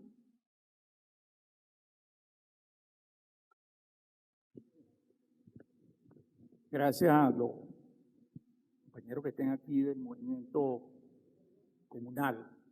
Precisamente el preámbulo de nuestra Constitución dice, no lo hemos leído todo, que el fin supremo es refundar, ¿no es así, Valerio? Refundar la República. Y me refiero al compañero Valerio porque hemos venido en una lucha, porque el paso superior del proceso que estamos haciendo nosotros, de lo que es el socialmonismo, es el comunalismo. Y el comunalismo es la comunocracia y su expresión organizada es la comuna. ¿De acuerdo? Eso es, como decir, la fase superior del socialismo para nosotros, del bolivarianismo, porque dice que el preámbulo de la Constitución es refundar la República. Quiere decir que tenemos que construirla. Ahora, ¿qué hacer frente a esto? Yo creo que hay que ir construyendo a partir de esos espacios. Yo le pediría a los compañeros que se reunieran, que compartieran independientemente de lo que sea, se intercambian opiniones, se recogen, se articulan, se graban y se difunden esa información. Inviten a otros compañeros o la hacen ustedes mismos.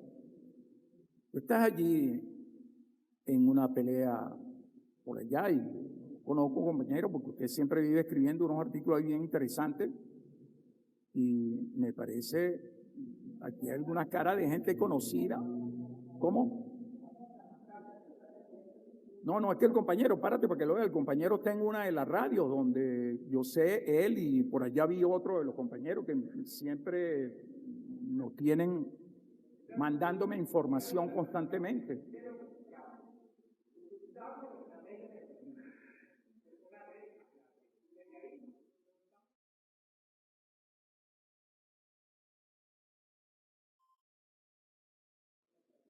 Gracias.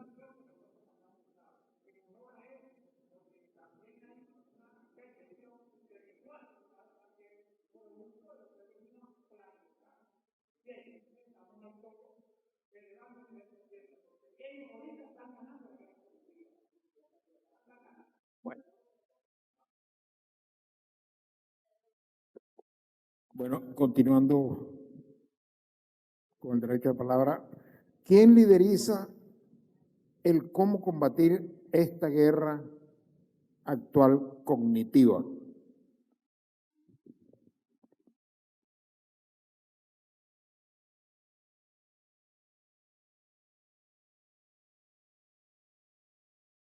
Este compañero está en el gobierno de Caracas. Yo les... démelo si quiere para ver cuál puede ser el aporte de la comunicación popular para aplazar la guerra cognitiva. Aquí está Henry Fernando, está Zubarán, el Hernán Zubarán que está por allá, ya lo vi, se le ve nada más el parietal, no se le ve más nada. Sí, mira.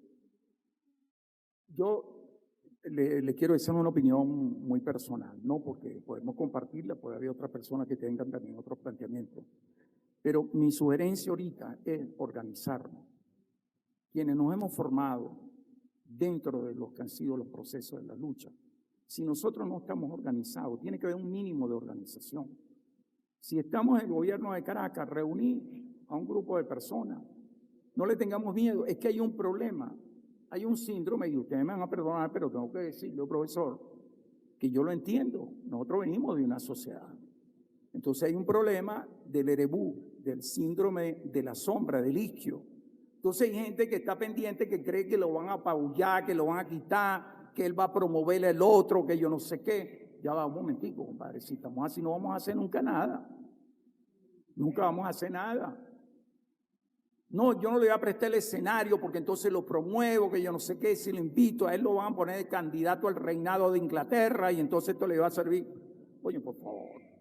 Nosotros damos un proceso donde si los compañeros, por ejemplo, yo felicito que están en el Consejo de Gobierno de Caracas, yo felicito a estos compañeros que estimulen unas reuniones, ustedes son los que tienen la responsabilidad, háganla y compartan, pero recojan y conviertan ustedes quienes son los voceros, elijan sus propios voceros, háganlo, pues digan, mira, estos son los que van a promover, hay 22 parroquias, vamos a ir a hablar en cada parroquia, aquí hay 5 a 5, porque esa es otra cosa que es peligrosa.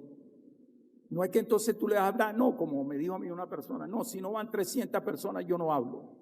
Bueno, yo le voy a decir una cosa, yo hablo todos los días con mi compañera y los gatos, que son gatos que hemos recogido en la calle. Y todos los días hablamos, no hay problema, y estamos felices. Entonces, ¿cómo es eso que si no hay 300 personas tú no vas a hablar? Yo no entiendo eso, ¿de acuerdo? Eso no lo entiendo. Entonces, nosotros, si son 5, son 5, y son 4, 4, no importa. Tú tienes experiencia, me llega de eso, ahí en la universidad, ¿no? Me estoy identificado, estás muy bella, ¿oíste? Y además, ella fue, para que vean que yo estoy más jurásico, porque ella está muy hermosa, y ella fue estudiante nuestra del posgrado, allá en la UCB. Entonces, gracias por venir. Bueno, esto yo creo que es muy importante, me parece bien, sigo diciendo, hay que tener una organización mínima. Dado que la guerra cognitiva borra la línea entre el tiempo de paz y el tiempo de guerra, ¿debería Venezuela proponer en foros internacionales una nueva regulación que tipifique estas agresiones neurodigitales de Estados Unidos como una violación flagrante de los derechos humanos y la autodeterminación de los pueblos?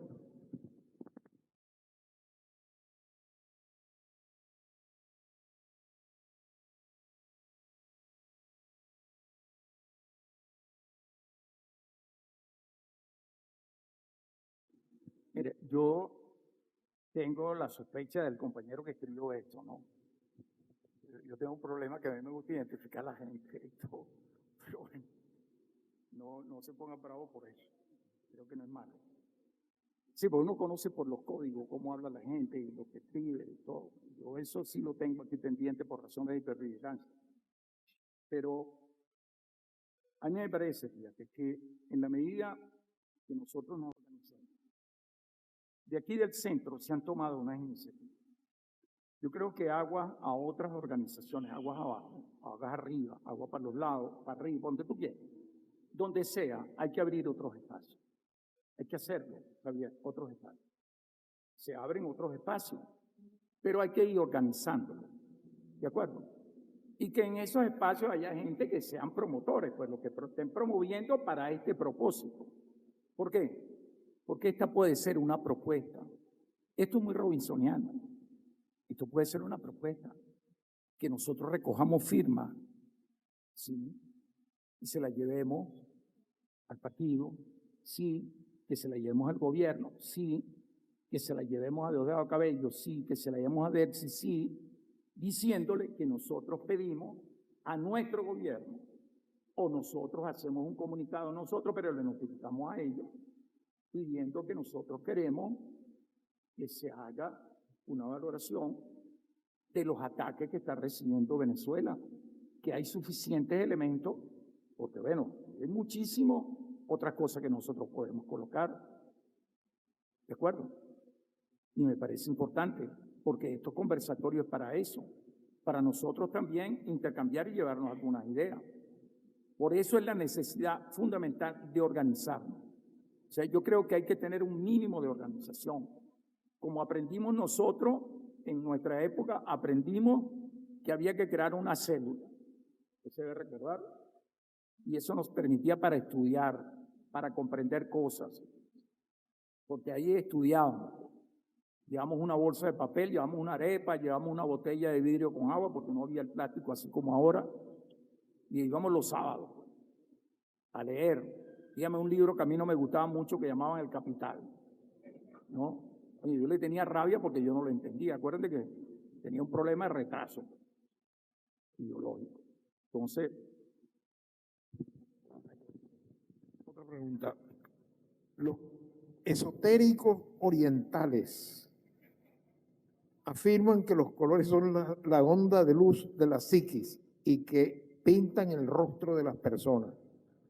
La pregunta ¿es cromática la guerra cognitiva?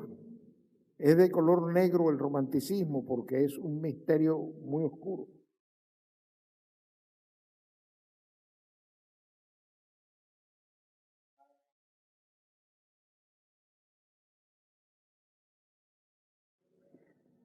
Bueno, está bien, pero aquí se está refiriendo, hay que aclarar, no son los orientales los de diablo. ¿Estamos de acuerdo? Sí, mira, yo creo que no hay que tenerle miedo. Esto es otra cosa muy robinsoniana. Para nosotros romper, profesora, hay que romper con todos los recursos que podamos tener a la mano. Aquí no hay que ponernos a calificar y a descalificar porque alguien viene. No, lo que pasa es eso que tú estás presentando es brujería. Ya va, un momentico. Nosotros, antes que llegaran los españoles aquí, nosotros teníamos nuestras propias religiones. Había un dios que era un maboya y había un acambobe, ¿de acuerdo? El acambobe era el dios bueno y el maboya era el dios que castigaba porque no trabajaba. Entonces nosotros teníamos nuestros dioses. Y a nosotros nos impusieron a partir de 1520 una religión, bueno, que la hemos asumido y somos católicos ahorita y no la negamos. ¿De acuerdo? Pero esta cosa no hay que tenerle miedo.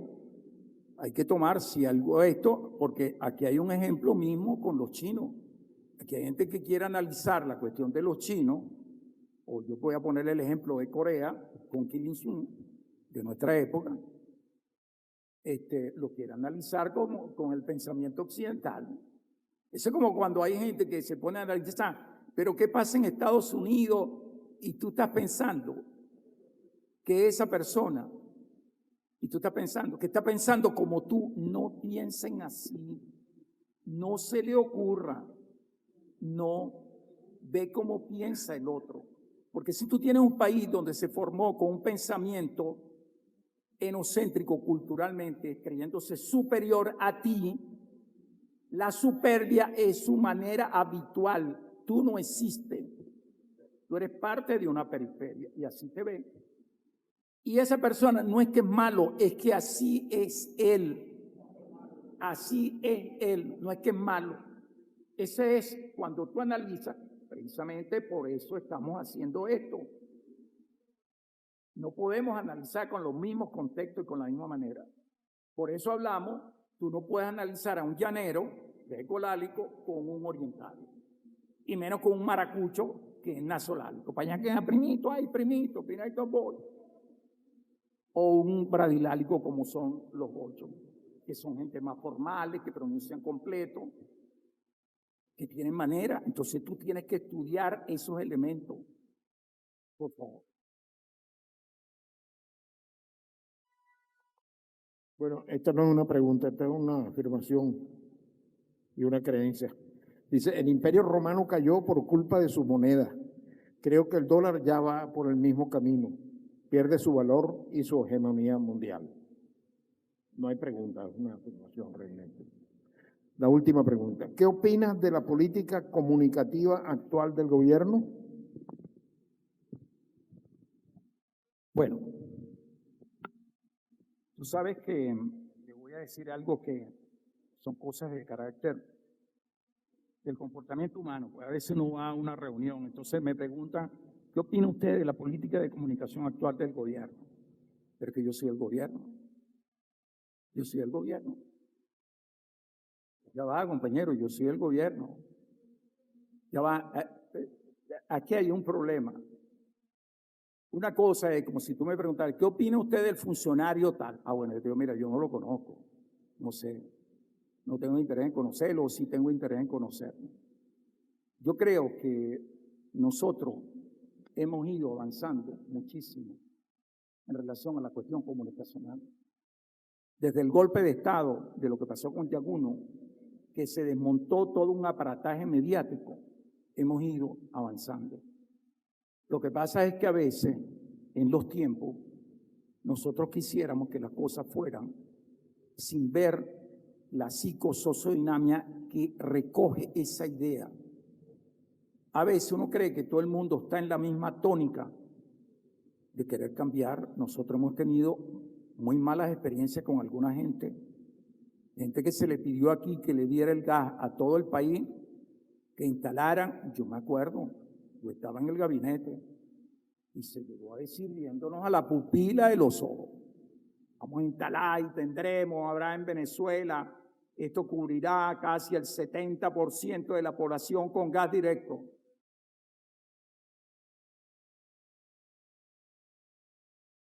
¿Qué me dirán? ¿Por qué no piensa? Ese es el problema. Que hay un señor que el propio presidente lo trató como su padre en esa época, como mi padre. Y ese señor tenía una pértiga, una garrocha metida en el bolsillo. Cuando el presidente volteó para casa con la garrocha, la metió y brincó y se fue para el otro lado como un traidor. ¿Ustedes se acuerdan cómo se llama? A mí no me gusta mencionar el nombre de esa persona. Por eso es famoso. Entonces, yo creo que esas cosas hay que verlas. La revolución son esas. Por eso es que las revoluciones son dialécticas, no son lineales. Los que no se sientan identificados, dispuestos. ¿Ustedes se acuerdan de aquel que mató el fascismo, por cierto? Bueno, lo atropelló muchísimo. Bertolt Brecht, alemán. ¿Ustedes se acuerdan que él tenía unas palabras que él hacía referencia acerca del compromiso? Que había gente que eran un mes, para 2 meses, para un año, pero había gente que eran los permanentes. Mira, los imprescindibles, muchas gracias. Yo creo que uno tiene que colocarse como los imprescindibles. Que hay bajones, sí lo hay. Que hay problemas, sí lo hay. Ya ustedes vieron, y yo quise colocar solo esa. Y ahora hay otra que no quise colocar, la del cambio del color azul. Porque hay otra. Pero el problema es que no la podemos decir. No, no es bueno. Porque esa es una estrategia. Xavier, si tú haces una estrategia, ¿no?, para quedarte con todo el caviar que pulula en las orillas del Guaire, coño, y la revela, te van a quitar el caviar, lo vas a perder. Uno no puede revelar lo que va a hacer, está en una guerra. Entonces, a mí me parece importante que la política que se está haciendo ahorita está respondiendo a la coyuntura, al momento que estamos viviendo. ¿De acuerdo? Hay muchas cosas que se pudieran hacer, pero esto que estamos haciendo nosotros, esto es comunicación. Y nosotros somos el gobierno. Yo soy el gobierno. Yo soy un hombre de la revolución. Eso no me lo decretó nadie. No. Yo me decreto. Yo soy un hombre de la revolución. Yo soy revolucionario, yo soy chavista, madurita, tercista, rondondita, lo que tú quieras, pero yo soy un hombre revolucionario. Yo soy de la revolución. Y aquí no voy a estar, porque yo no estoy aquí por un problema de que yo soy un ramatopiteco, un paracaídas piteco, un enchufa piteco. No, estoy aquí por una convicción. Esa es mi convicción. Si tienes que quedarte solo, te quedarás solo. Pero para allá queda la lucha, para allá, aunque sea en una oscuridad, en un desierto, sin un vaso de agua, en la oscuridad, en medio de un desierto, pero para allá es, porque uno aprendió eso. Y yo recuerdo eso perfectamente del propio Chávez. Entonces no es que yo soy revolucionario como si fuera una cosa prevendetaria, porque me dan una preventa. Me dieron un carguito, o me dieron un contratico, o me dieron esto. No, compadre. Si te lo dieron, te lo dieron. Eso está bien, perfecto, no hay problema, nadie lo está criticando.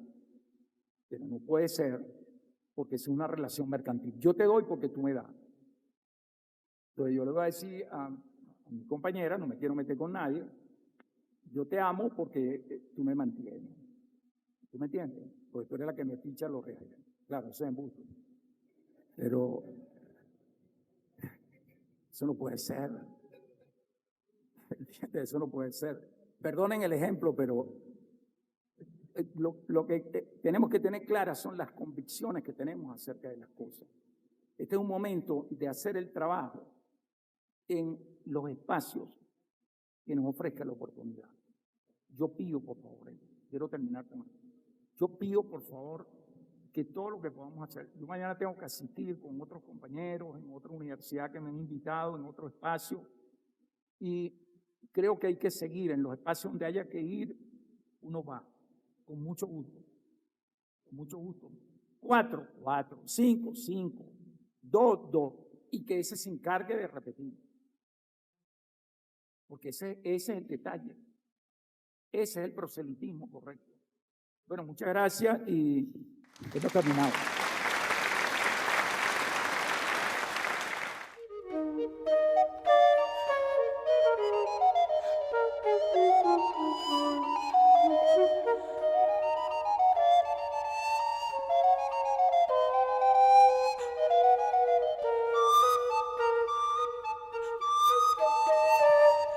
Thank